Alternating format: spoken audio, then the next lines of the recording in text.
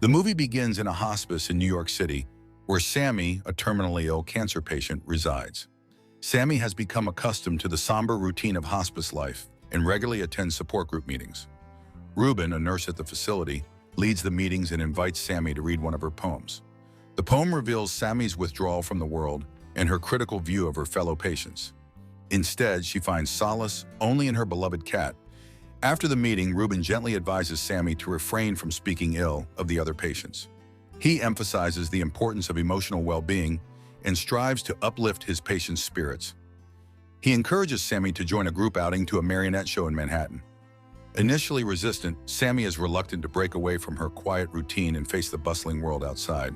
However, Ruben's persistence eventually pays off, and Sammy agrees to join the group. Returning to her room, Sammy grapples with her grim diagnosis and the weight of her impending mortality. She takes her medication and replaces her pain patch. The group then departs for Manhattan, where the city's vibrant energy contrasts sharply with the stillness Sammy is used to. The marionette show provides a brief respite from her worries, and Sammy allows herself to be momentarily captivated by the performance. After the show, Sammy visits a retail shop and experiences subtle racism from the retailer. Later, she insists on stopping for pizza before returning to the facility, but Ruben declines. Disappointed, Sammy boards the bus with the rest of the group.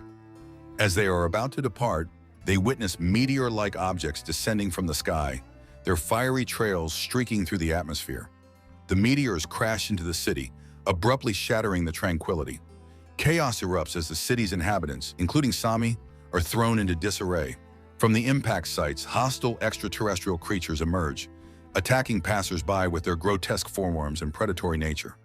Panic spreads rapidly, and the streets fill with screams and the sounds of destruction. Amid the turmoil, a meteor strikes an ambulance, and the resulting explosion throws Sammy to the ground, rendering her unconscious.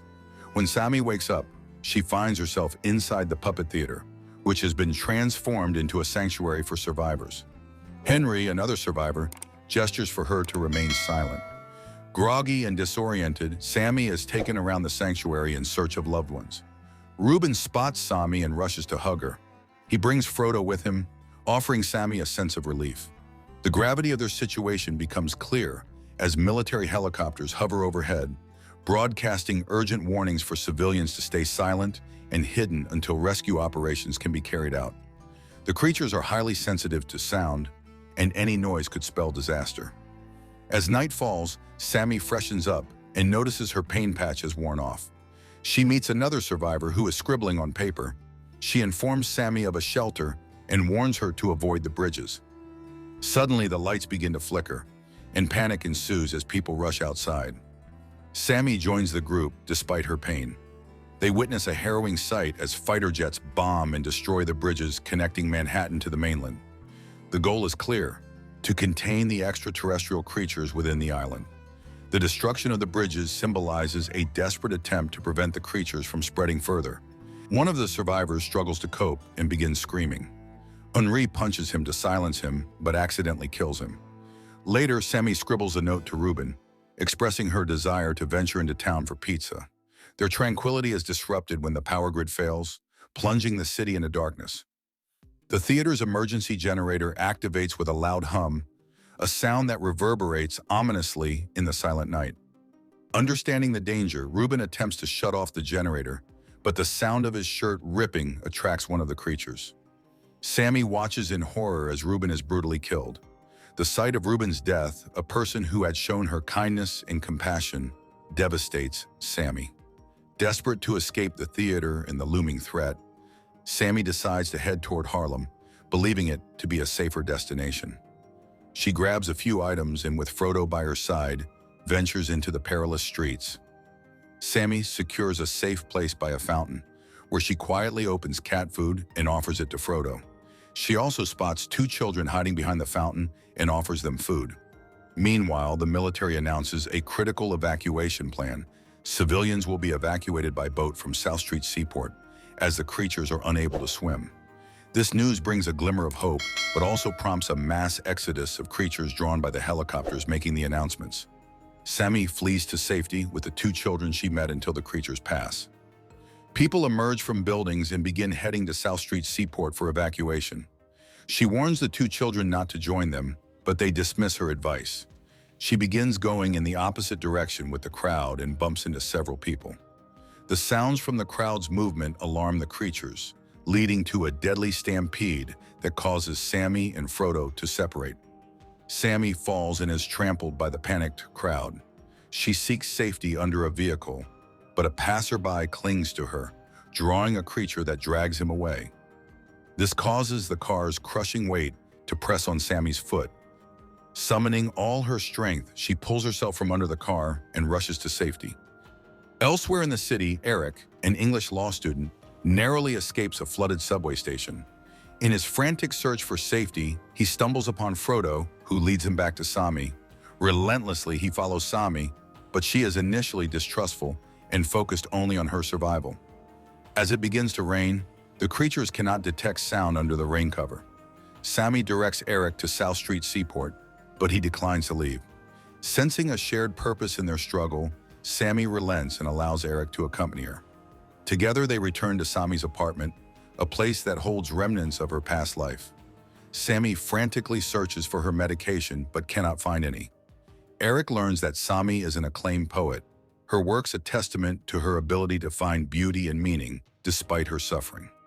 Determined to reach Harlem for pizza, Sammy sets out again the next morning, with Eric insisting on accompanying her. Their journey is fraught with danger, and at one point their movements alert the creatures. Forced to seek refuge in a flooded subway, they wade through deep waters, trying to stay as silent as possible.